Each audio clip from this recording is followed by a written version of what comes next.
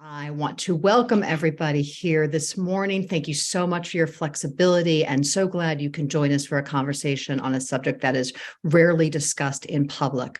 We will take questions and answers through the chat feature. We will address them at the end of our time, but feel free to pop your questions, your thoughts into the chat at any time. Obviously, the subject that this artwork installation takes on is very emotional. And at the galleries, which are open Thursday, Friday, Saturday, 12 to 5, that includes today through the 18th, there's a board with paper and pens and pins that you can share your memories of your beloved animals, pin photographs, just read. And we will have a moment for the animals, and depending on who is in your house, perhaps with them at the end of our time. Introductions. I'm so pleased we could pull this panel together. I want to welcome Dr. Karen Fine. She is a veterinarian and a writer who operated a house call practice in central Massachusetts for 25 years, and she now practices at the Central Animal Hospital in Leominster and the Riverland Animal Hospital in Millbury. Her memoir, this is so exciting to me, her memoir, The Other Family Doctor, a veterinarian explores what animals can teach us about love, life, and mortality, is forthcoming this March from Penguin Random House. Kristin Mullins is the executive director of the Worcester Animal Rescue League, where she oversees their services, advocacy, and outreach. And she brings to Warl decades of experience in human resources and operations at UMass Chan Medical School, and a lifelong commitment to animal welfare, both here in Massachusetts and in the Virgin Islands. And Catherine Smith, the artist that has brought us all together here. At age 35, Kate left her boring office work in a printing company and earned an MFA in sculpture from the School of the Art Institute of Chicago. Her love of installation work and her embrace of the idea that art can relate to wider social and political issues has led to exhibitions in numerous museums and galleries over more than 30 years. She spent 20 years teaching at the University of Michigan, Flint, and after retiring, moved to Worcester to maintain a studio here. The Telegram and Gazette online today has a story that will be in print next week that really gets into how this piece was produced, the actual technical processes behind it. And there's much more information about it in the gallery. But for those of you that are new to the project, I'm going to do a very quick synopsis of it. At part of a different series on mourning and loss 20 years ago, Smith went to an animal shelter in Michigan where she was living. And with the discreet assistance of shelter staff, she retrieved discarded animal cremains from their dumpsters. And in the intervening years, they have shown up in different projects, but they found their final home now. For Dread Running, she built 8 different plaster molds that depict a running dog at different points in its gait. She pulverized the remains some, although you'll clearly see in the artwork images we'll show you today in the galleries, you'll see bone fragments and the red traces of bone marrow.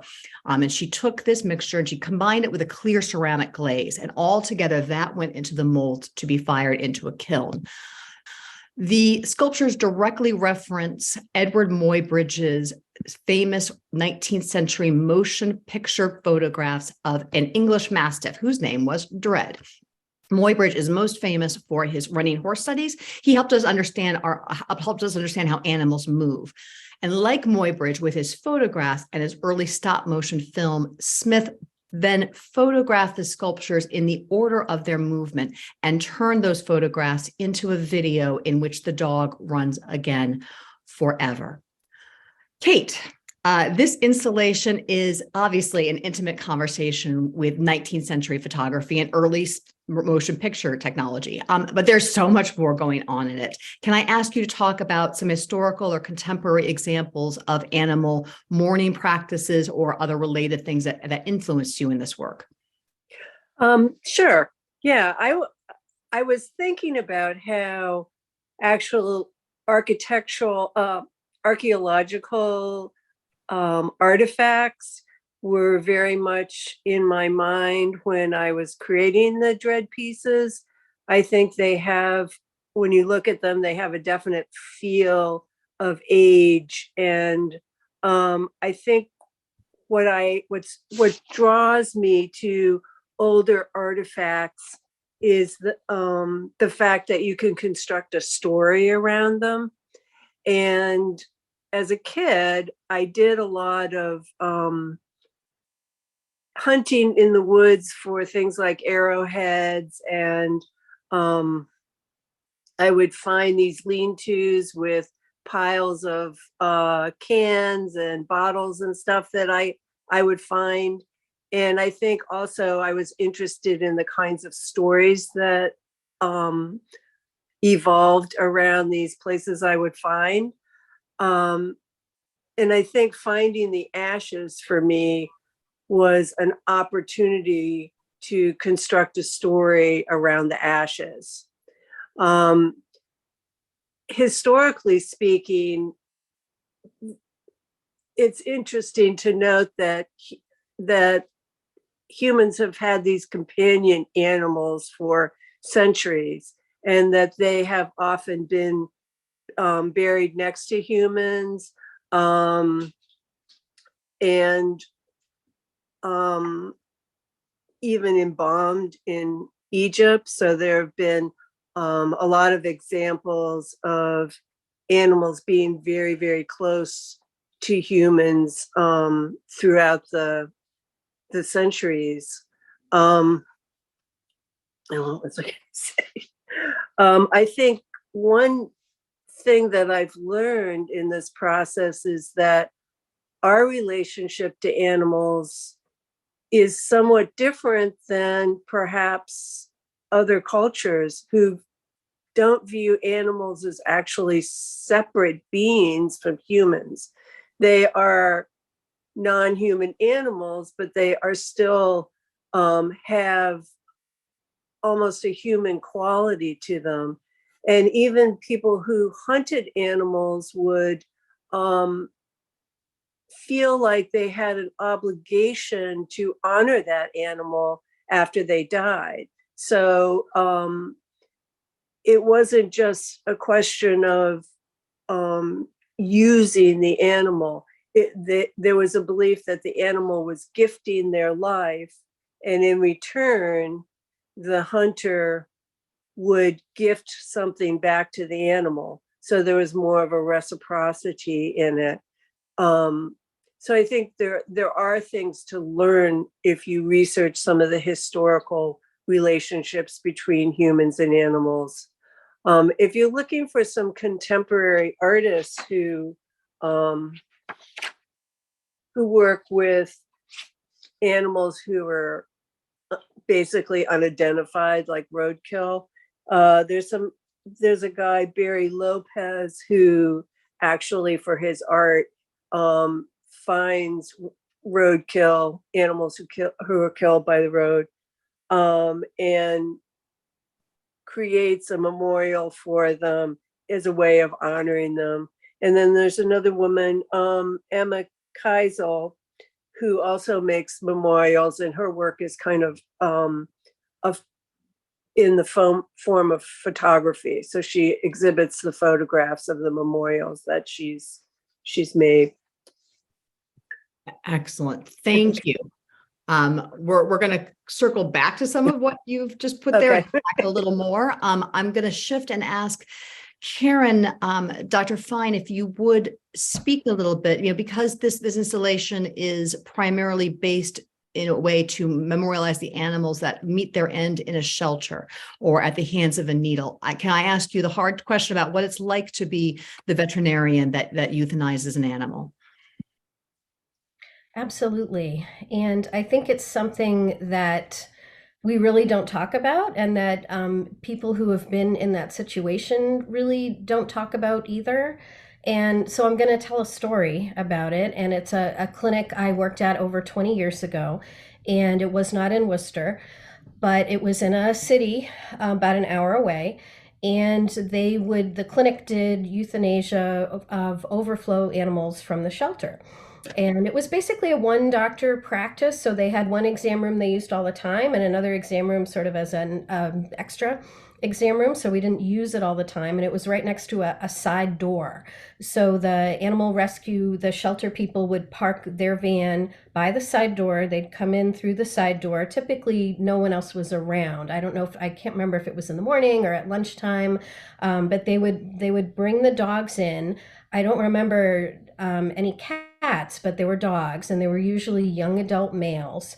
And the people holding the animal would say something, and I don't know if they were trying to make me feel better or themselves, but they would say something like, "Yeah, this one's a tough one," or something. And then they would take the leash and they would wrap it around the dog's nose like a sort of impromptu muzzle. And then they would hold the dog, and I would, sort of look at how much the dog weighed and drop the solution and give the IV injection and kill the dog. Um, and there were a few dogs that I saved. They would be trying to lick through the muzzle, some of these dogs, and they'd say, "Oh yeah, this is a tough one." And I would be like, I don't think so. It was I can't remember how many there were, how often it was. It wasn't every day. But there was one in particular that stands out. And the ones after that I rescued, I kind of did in this one's memory. But this was a very sweet dog. It was a pit bull. And it was trying to lick me through the muzzle. It was trying to wag its bum. It was a super happy dog. And I said to the shelter staff, let me see if I can place this dog. And I was only working a half day that day, and we were not very busy.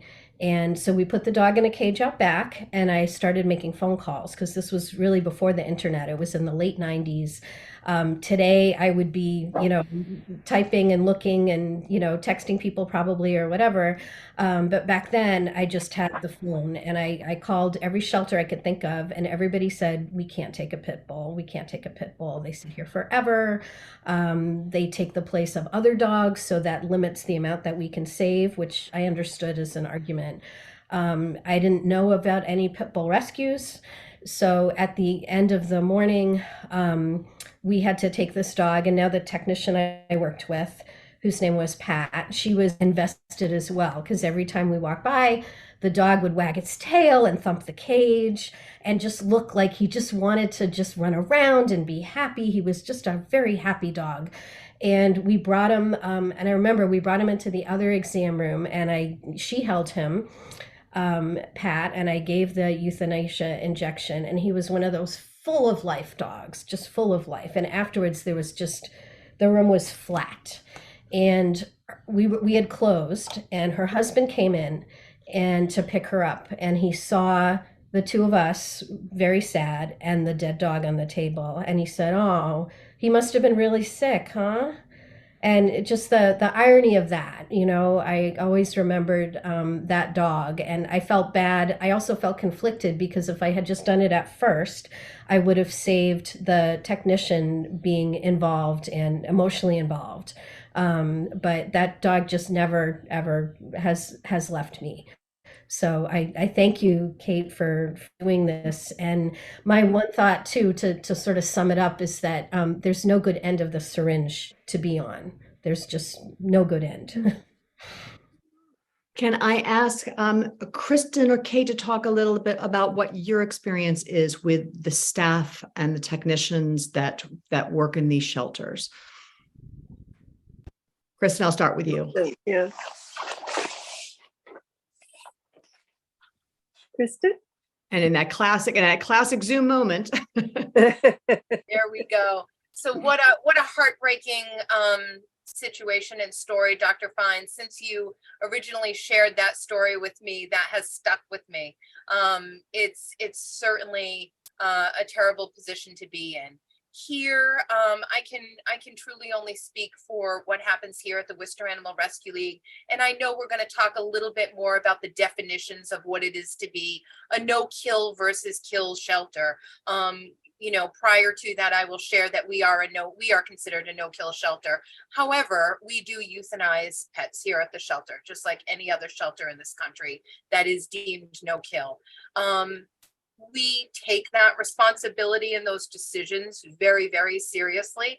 Those decisions here at the Rescue League are made in consultation with our wonderful veterinarian staff and sometimes a behaviorist that we consult with as well. So these aren't knee-jerk decisions. These aren't decisions that anyone, myself, or anyone on my team take lightly. Kate's art was so powerful to me because here at the Rescue League, when those hard decisions have to be made, we honor our animals in different and unique ways. We do have a memorial garden for the animals that we do have to say goodbye to. And oftentimes, you know, this animal strikes me, and I'll share it because it's very familiar with your story, Dr. Fine. But this is a paw print of an animal that lived here at the Rescue League for a while. That was sadly an animal that we did have to humanely euthanize because of behavior reasons. But this stays with me. This sits on my bookshelf. This is a paw print of that dog, because it is a way for me to remember, to reflect on that hard decision, on that animal's life, which was meaningful. Though that dog was not owned, he was owned by us. He was owned by my team. He was an animal that we fed every day, that we loved every day, that we, those who worked with him, could safely get out of his kennel and interact with. So he was an animal who was owned by us, and therefore we continue to honor him.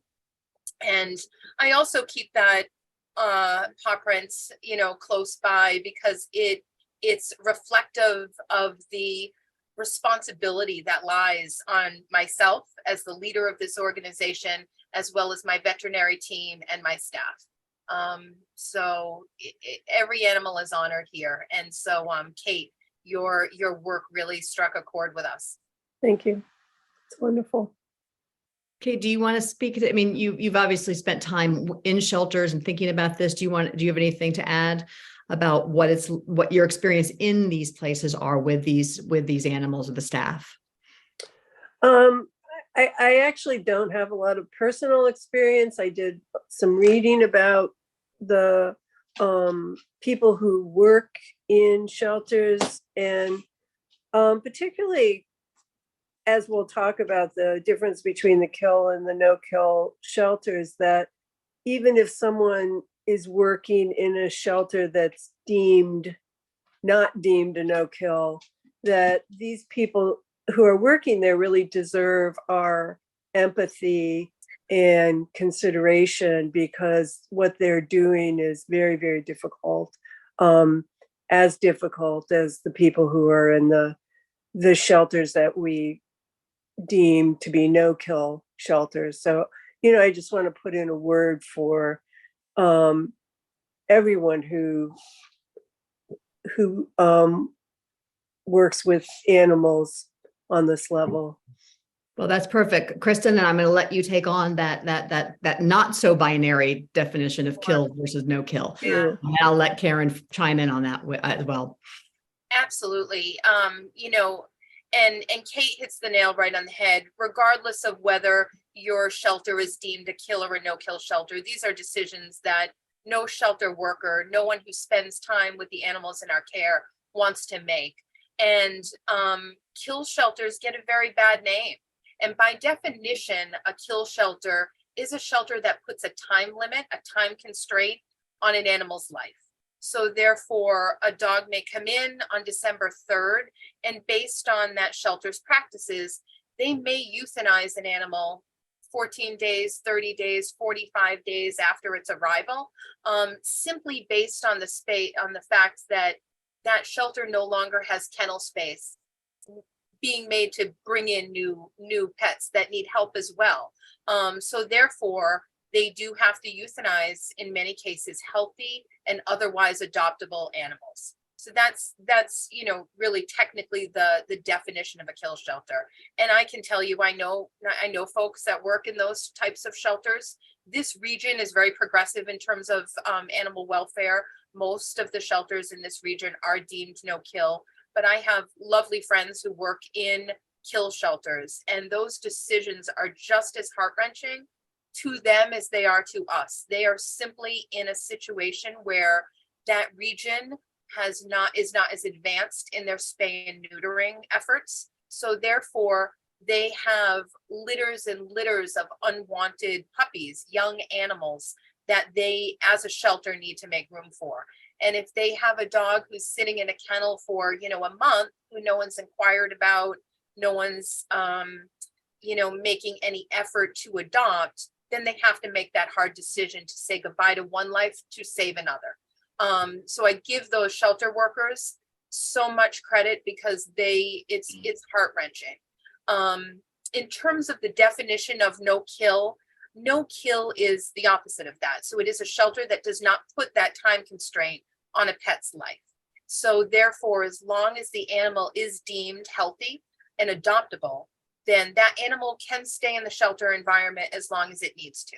So here at Whirl, I should mention that one of the standards for being able to consider yourself a no-kill shelter is that you do have to have a placement rate, an adoption rate or a placement rate of generally 90% or above.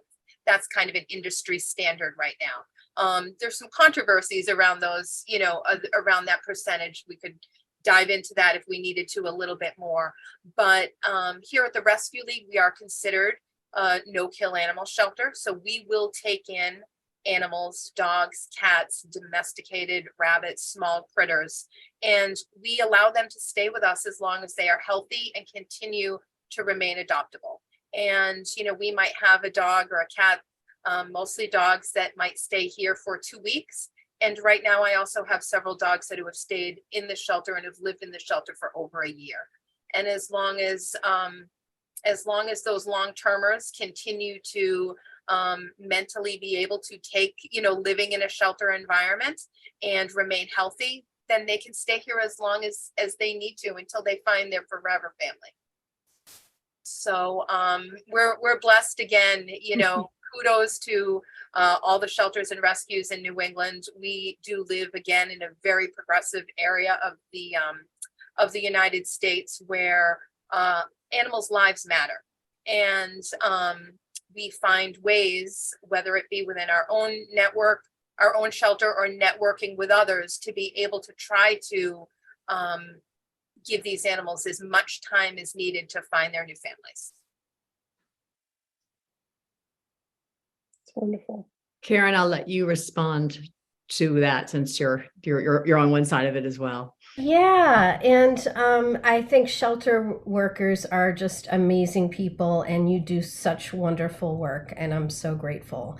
And one concern I have is now there is a new kind of trend medically where we're looking at is it better for the health of individual animals if they're spayed or neutered later? Because we see a lot of cancer. So especially in some of the larger breeds that are maybe prone to cancer, like Rottweilers and Golden Retrievers, some of the newer recommendations are to spay and neuter later. And this does worry me, is that, are there going to be more, more litters of puppies that are unintended, and is that going to add to the shelter population? And puppy mills is a big concern to me as well. I think these days you can literally go online and in about 10 minutes you can probably buy a puppy from a puppy mill that says it's a reputable breeder, and that's a whole problem too, I think. And I've always gotten my animals from shelters and rescues, and I really try to plug that to people, because I think, your whole exhibit, Kate, highlights this that people don't know about. It's sort of the back end of what we don't like to look at, about what happens when we have unwanted animals. Mm-hmm. Yeah. And though spay and neuter is, and certainly I agree, Dr. Fine, I am concerned about that trend as well. When we do have young animals in our care, we will be asked those questions. Can you hold off prior to adoption? Can you hold off spay and neutering? Could we take the animal home? Could we bring it back? Those kind of questions. No animal leaves our shelter without being spayed or neutered. Despite our best efforts here in New England, most of the animals that we receive as city strays are unneutered males. So very much, as Kate, you mentioned at the beginning of your talk here today, and most of the females that we get as local strays have had litters of babies. So as good as we are in this region in terms of our advancements with spay and neuters, the animals that we're seeing upon intake are those who are unsterilized. Circling back a little bit to the distinction and the controversy between how no-kill and kill shelters are defined, I would actually, we do have time if you wanted to touch on that and talk a little bit about the role that kill shelters do have, the importance that they play. Yeah, the number, it's interesting, and within the industry, there are those numbers can vary. So by vary, for example, if you are a rescue that you're a cat rescue that you care for a lot of, say, neonatal kittens, or you are a rescue that your business model is to rescue and save senior pets, then it would be certainly justifiable to see where, in those situations that 90% placement rate might be too high, because you're dealing with a population expected that you would lose more animals than, say, your normal animal shelter or rescue that's dealing with a population where you get the range of ages. The Rescue League, here in Worcester, we are the only city shelter that takes in stray animals. So therefore, we don't pick and choose the animals that come to us. We're very proud that we will help any community member, any community pet that comes to us through our local animal control. So therefore, many of the animals that we see are not always healthy upon intake. They are not always behaviorally ready for adoption upon intake. And so other shelters like mine that share that business model could argue that the 90% rate is also high for shelters like ours versus other shelters. And this is not to negate or dispute the wonderful work that they do, but other shelters have business models where they do transport animals from other regions. And trust me, that's wonderful work. When space allows here, we do that as well. But in those situations, that organization has an ability to pick and choose their pets. So they can see medical records and advanced behavioral assessments in advance. So for shelters with a business model like ours, there's often controversy within the sheltering world. Is it fair to keep that 90% number consistent across the board? So that's where within the animal shelter and the rescue world, some of those numbers can start to get a little blurry and a little murky. Yeah.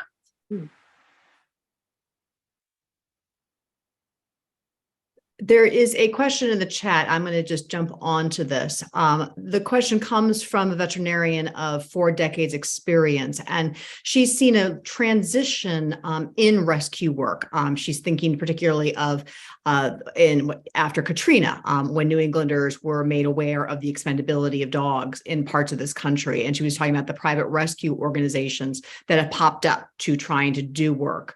And she asked if you could speak a little bit on your experience with some of the challenges around this work and where you see potential for better work being done. Yeah, I can't certainly speak to, in regards to any of those individual rescues. Some of them are known to me, some are not. I think certainly for those rescues, for me as an animal lover and being working in the industry, any life saved is a win. It's a good day when you can save a pet's life, regardless of where they come from. Oftentimes what we're seeing now, and there's trends in this region, there is a shortage of available puppies, say, which are always in high demand. And we certainly saw that at the beginning of COVID. Everyone was looking for a young adoptable puppy. There's not always those animals available in the local shelters here. So those animals will be transported up from other regions and go into some of our, we've done it again as well when space is allowed, and other wonderful networks of shelters here. But there are also some of these rescues cropping up that will, from some of the stories I've heard, take advantage of that demand, if you will. Mm-hmm. And many of the animals coming up aren't previously vet checked prior to arriving in the state, which is a which is a real concern in regards to transmission of communicable diseases. Dr. Fine could certainly speak more eloquently about that than I. But also, seeing very, very high adoption fees or money for animals, so upwards of $4,000, $5,000 for very in-demand breeds of dogs that have no medical backgrounds or behavioral backgrounds testing. And those things concern me. They concern me because I do worry about people feeling as though they're working with maybe a reputable rescue and they're not, and being taken advantage of because they want something that they normally wouldn't be able to get here. So therefore they're going to, pay a high price for that. I also worry about, rescues like myself and others in this area. We right now have never had as many dogs in our shelter than we do at this very moment. And part of that is because at the beginning of COVID, that demand for young adoptable puppies and dogs was there, and people sought those animals elsewhere. And then now what we have found several years later is people's lives going back to normal, and now maybe that animal not fitting into their lifestyle anymore. And so now you're looking at, in many cases, what we're getting here at the Rescue League are 2-year-olds, animals who have not had a lot of training, who have not had a lot of socialization because they've been just living at home, quarantined with their owners like all of us were. And so now they no longer fit into their family lifestyle, or they're starting to develop some behaviors that they're not equipped to deal with. So those are many of the animals that we're getting here at the Worcester Animal Rescue League. And, so that trend is concerning because oftentimes those are the animals that cycle back to us. And then those are the animals that stay here often for longer periods of time because they need a lot of work behaviorally prior to being able to place them for adoption. So lots of reasons for concern there, from my perspective, certainly. So I actually want to pull it back to the animals that are being memorialized in our gallery.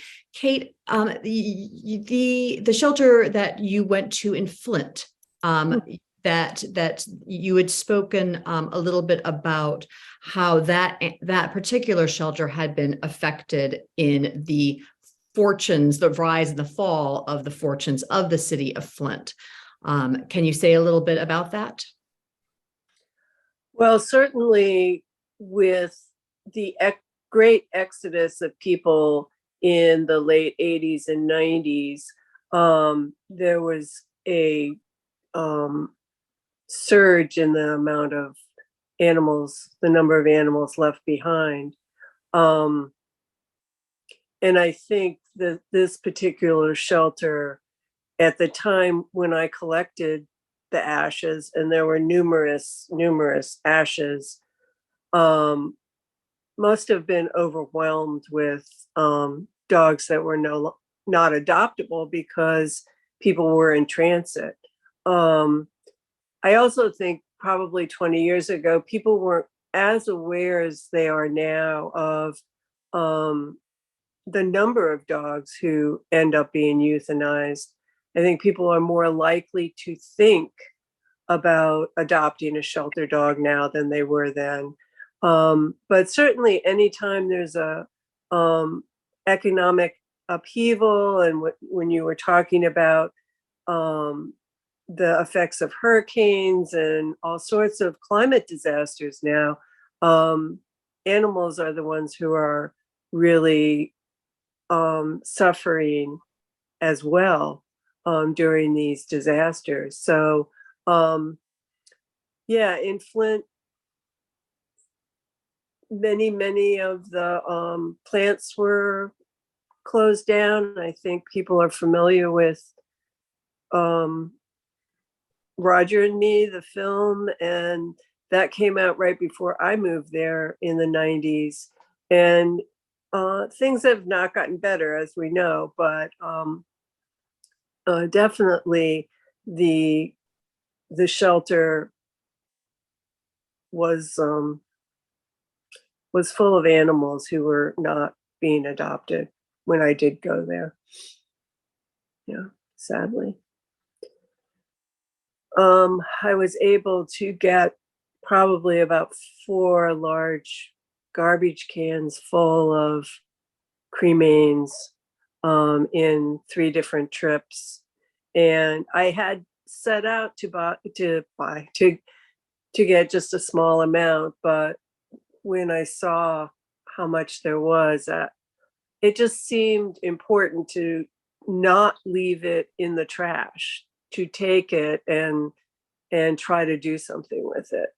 And I'm glad I was finally able to come up with a plan, and a piece that has meaning to people, and hopefully can enlighten people about the plight of these animals. So, yeah.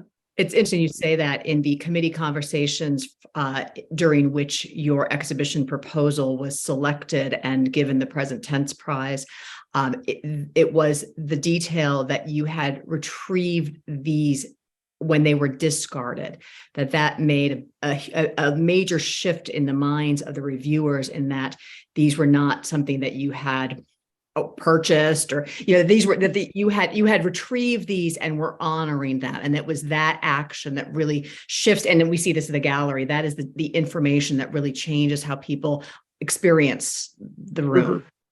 Mm-hmm.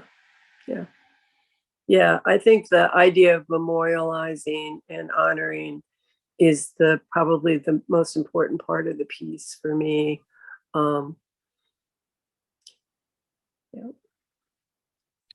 We definitely see it's not been like any other experience where people walk into that gallery and they fall silent.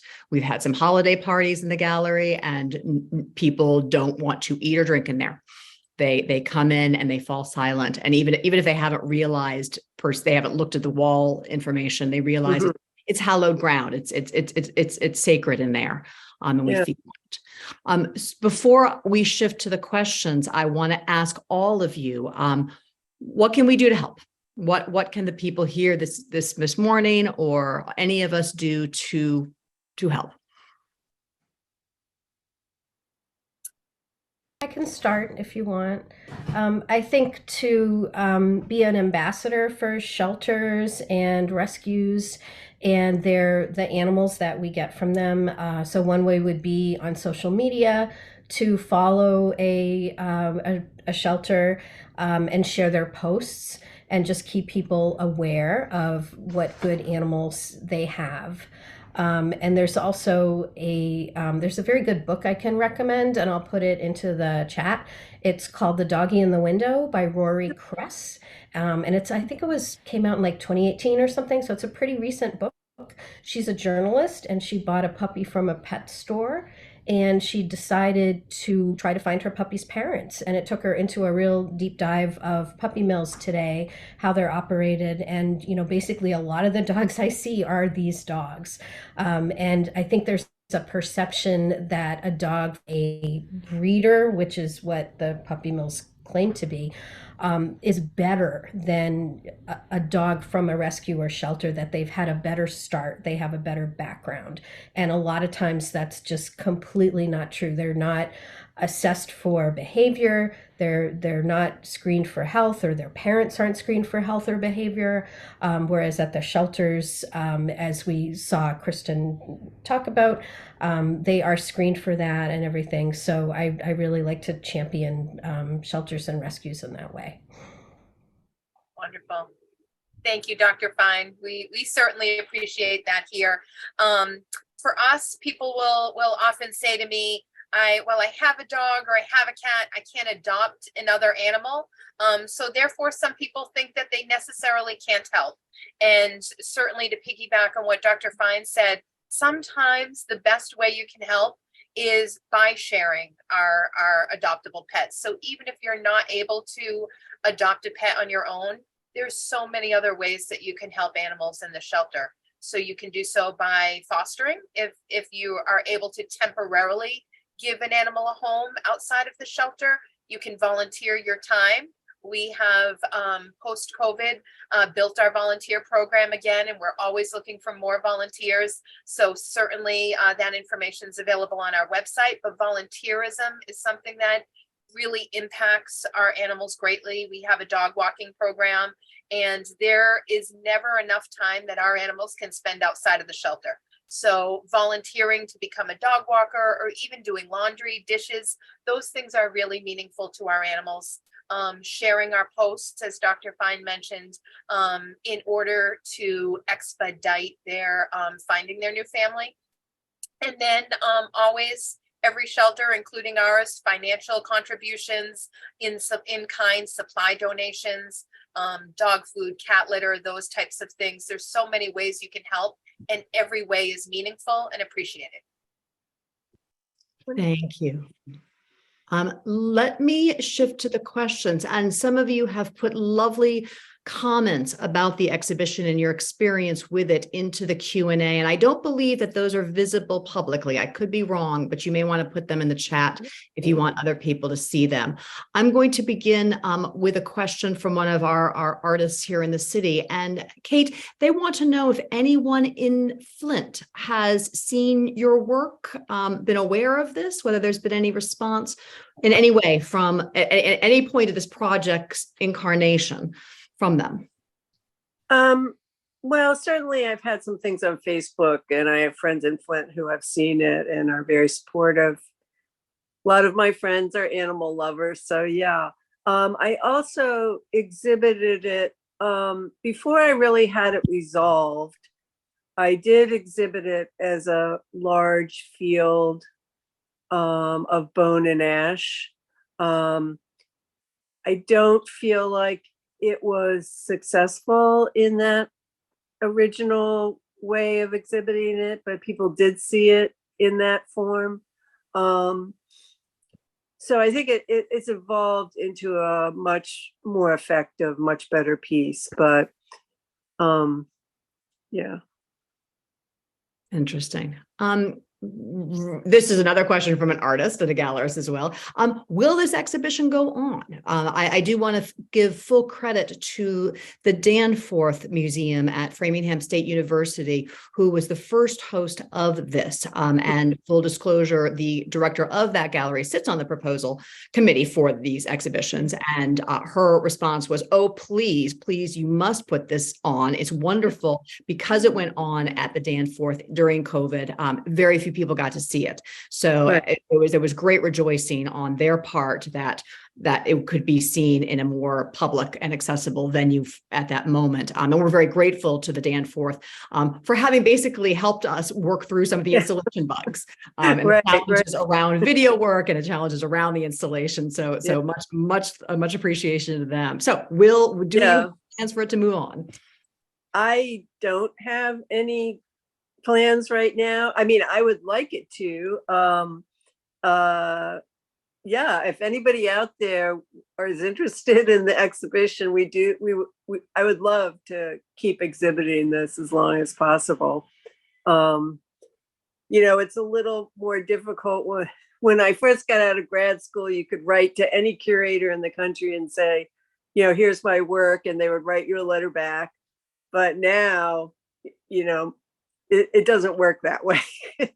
So yeah, it's going to take some collaborative effort maybe to find the next place for it to be. So yeah, I hope so. I do hope so. And I am appreciative of the Danforth too, and Judith Rassia particularly, who gave me 2 years to work on the piece before I exhibited it there. So and we couldn't do any outreach really because of COVID. So it's great to have this opportunity at Arts Worcester where we could really involve the community in the exhibition. So I'm very grateful for that.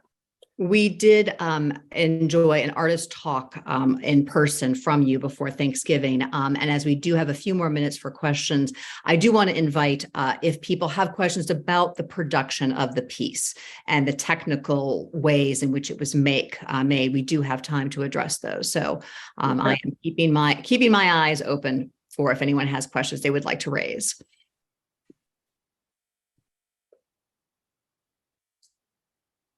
I could kind of explain some of it if you want.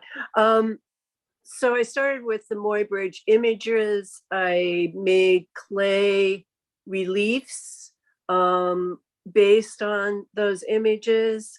And then from the clay, I made plaster, and there's always some cleanup in the plaster. And then that's a negative off of the clay. And then I made a positive plaster off the negative plaster. And then on top of that, I made a clay mold, a stoneware mold on top of that, which I removed and fired in the kiln. And then that stoneware mold is what I put the combination. I made a slurry of the bone ash, and I used a glaze that vitrified at cone 010, which is very low. And I put that into the mold and then fired that to harden it. And then they're mounted on an aluminum frame that's epoxied on. So the mounting's pretty easy. I did place, people see the bones there. I did place individual bones in certain places so that they would show up. They're arranged very tenderly. Alice, we have a request that the video be screened again, if you would, please. And while Alice is dialing that up, Shelley Dubin asked whether, suggested that you contact the MSPCA to ask if they have contacts to set up another exhibition in the Boston area. Yeah, that'd be great. Yeah, I would love to do this again. I just want to say too, if I can add, that this summer I was in Utah and we went to a dinosaur exhibit. I'm trying to remember where it was in Utah, but they had these reliefs of dinosaurs that were basically dug out, and they looked very similar to. Oh, weird. I don't know if you've seen them, but they had the bones. No. So I was really geeking out about it, the skeletons and stuff like that. But your work has that look about it. Uh-huh. A question from another artist asking how heavy each panel is. Oh, they're pretty light. Geez, I can't even say. I don't know, just a few pounds. They're really not very heavy. They're about an inch thick at that thinnest area. Yep.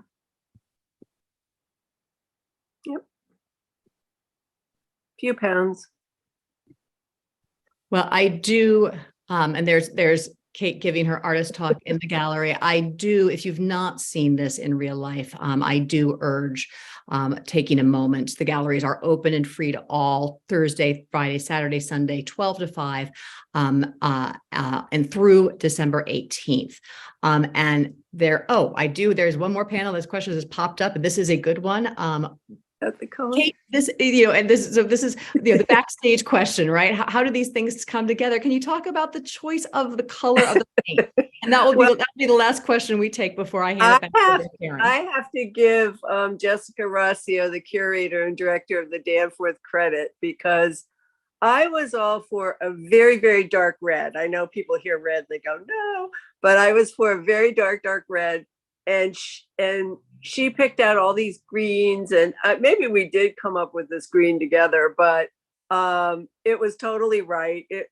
The best color ever. And it was great that Arts Worcester has a new policy now that allows artists to paint the walls. And thank you to Trevor and Alice for painting the walls. They did a wonderful job. But it definitely makes a difference to have that color on the wall. It's It does. Wonderful. They glow in that space. Someone just referred to them as looking like sarcophagi, and I think that's right on.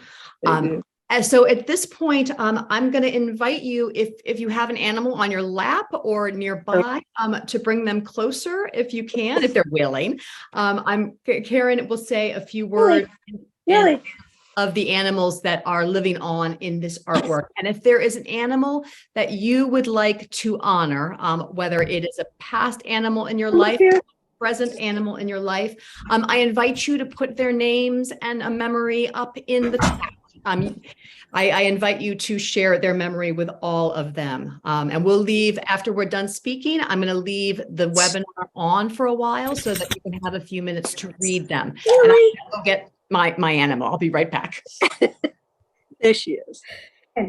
I just wanted to say thank you to Kate, and how moving that video was of the dog running again. Oh, and think about those animals that were on the other end of the syringe and them running again. And I just love that. Yeah. So I'm just going to say a final, I'll wait till Juliet gets back. This is my dog, Sesame.